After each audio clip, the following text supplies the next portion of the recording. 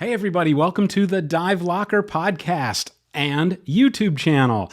My name is Tec Clark. I am your host on the only YouTube channel dedicated for dive professionals. Yes, that's right. It is the Dive Locker, and this is for anybody who is a dive master, an assistant instructor, an instructor trainer, a course director, a faculty.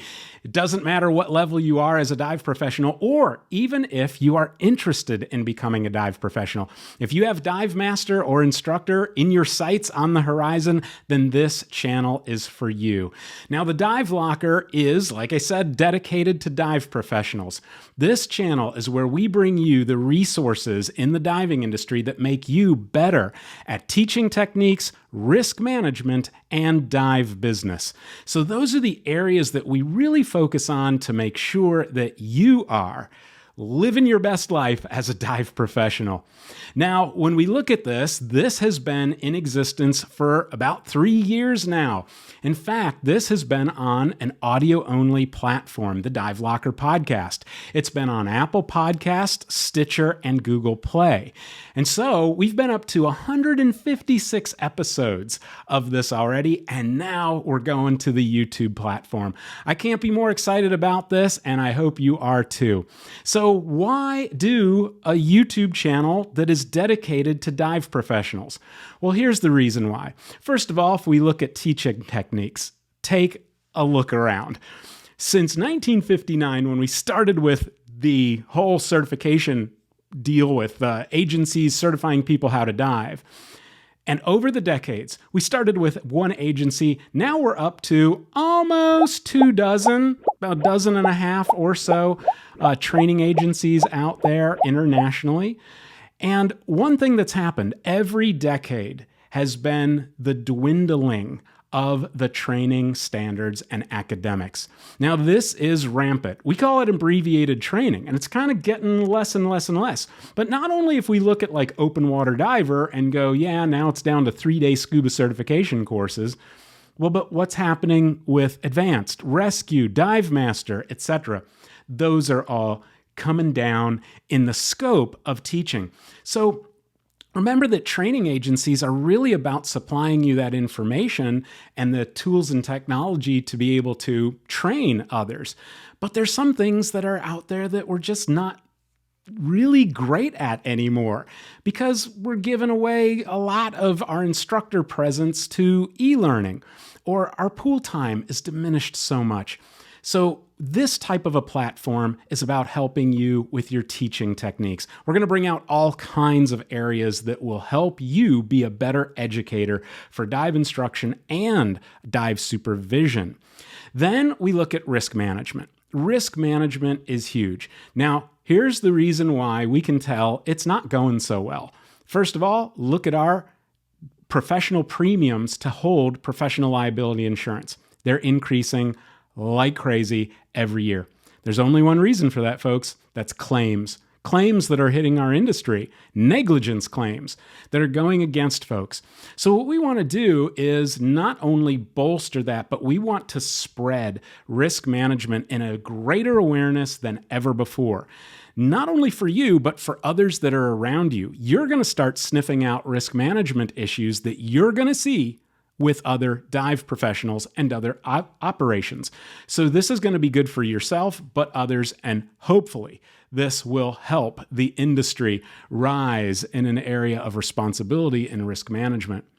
And then finally is dive business. Now look, DEMA is saying that our industry is about an $11 billion industry. That is huge. We're a significant industry.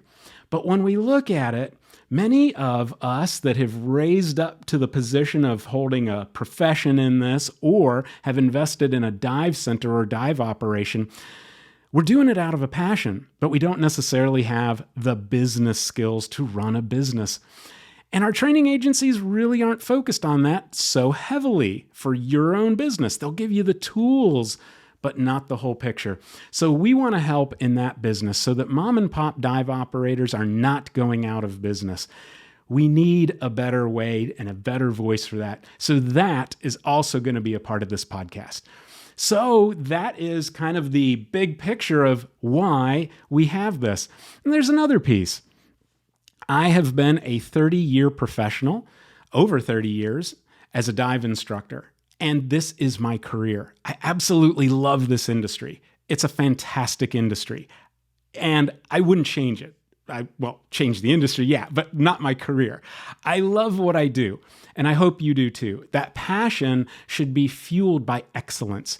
And so if we can lead with excellence, if we can teach with excellence, if we can do safety with excellence, all of a sudden this career can rise up and be something extremely special.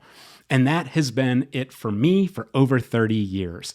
And that is what we want to share with you. So why should you listen to me? Well, who's this guy right here? Well, my name is Tec Clark, and Tec has nothing to do with technical diving. It's just my initials, Thomas E. Clark. I began diving here at the age of 12, right off the coast of Fort Lauderdale by the sea.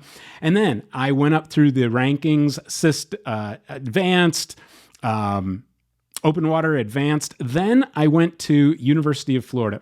And in my sophomore year at the University of Florida, I joined an assistant instructor class. Well, that started a whole progression of something that I absolutely loved. Then I became an instructor. That was 1988. I know, a long time ago.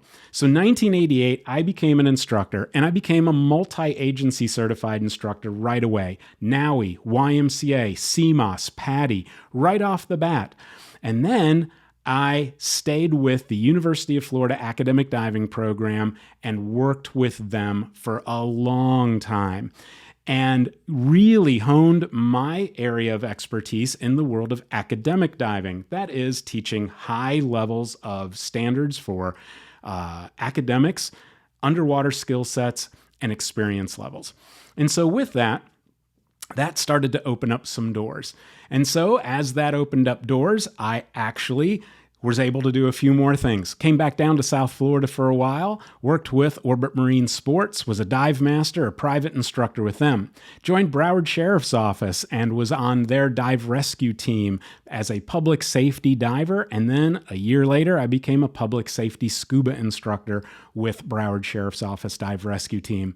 Then I was able to go back to the University of Florida and become the managing director of the University of Florida dive program. I was able to bring that up to the largest university dive program in not only the nation, but the world at that time. And so it was a fantastic ride that I did at UF, and that opened doors for YMCA of the USA.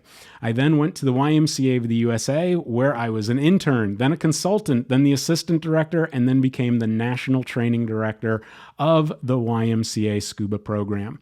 National executive director, that is.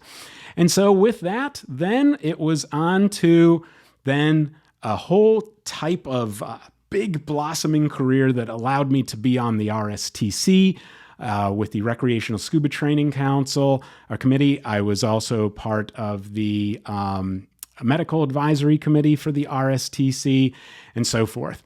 Then also captain of the U.S. freediving team. Megan Hayden-Greer and I developed the first U.S. freediving team, and then I was able to be captain of that because freediving is my passion. And then on to more training. I was also a police officer with Gainesville Police Department. Then coming back down to South Florida, I had a time with ProDive International as a development director, and then a COO with them and a CEO. I was able to go under a few different management groups that were part of that organization. Then also founding a ministry in diving called Reef Ministries. And that's where we look at the underwater world as the handiwork of God.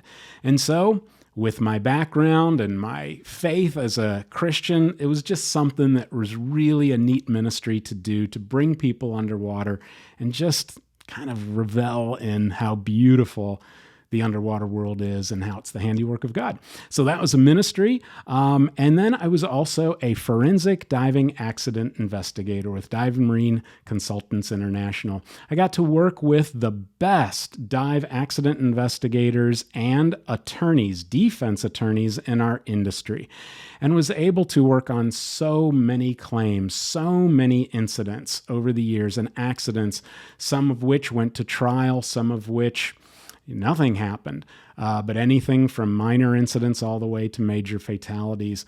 Yeah, it's the dark side of our sport, but it also gained me a lot of knowledge into the risk management arena, the insurance arena, and the legal arena of our industry. And then finally, after being a forensic diving accident investigator, I was able to land at Nova Southeastern University, where I taught a class for the recreation department. Then the president came along, gave him a refresher. He said, I learned more in my refresher than my open water class and advanced class. What's that all about? And I said, that is academic diving. And I think Nova could use a program like this. So sure enough, wrote a proposal, and the NSU academic diving program was built in 2012.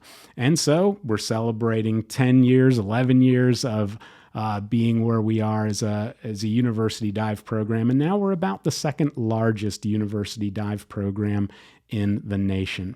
So that is my background. That is my story. And that is why I'm bringing this content to you. And yes, I've spoken at DEMA and wrote all kinds of articles for Alert Diver, Dive Training Magazine, Skin Diver, you name it, all these things. So I've been in this for a really long time, and I want to open up your opportunities to be an outstanding dive professional. That is what this show is all about. So how can you be involved? Well, a few things. I'm glad you asked. First, like and subscribe. You're going to get notifications of when each new episode comes out. Like and subscribe. Next, put in the comments below what you want to hear. What areas do you want to talk about? Yeah, let's get controversial. Let's talk about things that are out there that are old wives' tales, things that you hear that could be right, could be wrong, you don't know.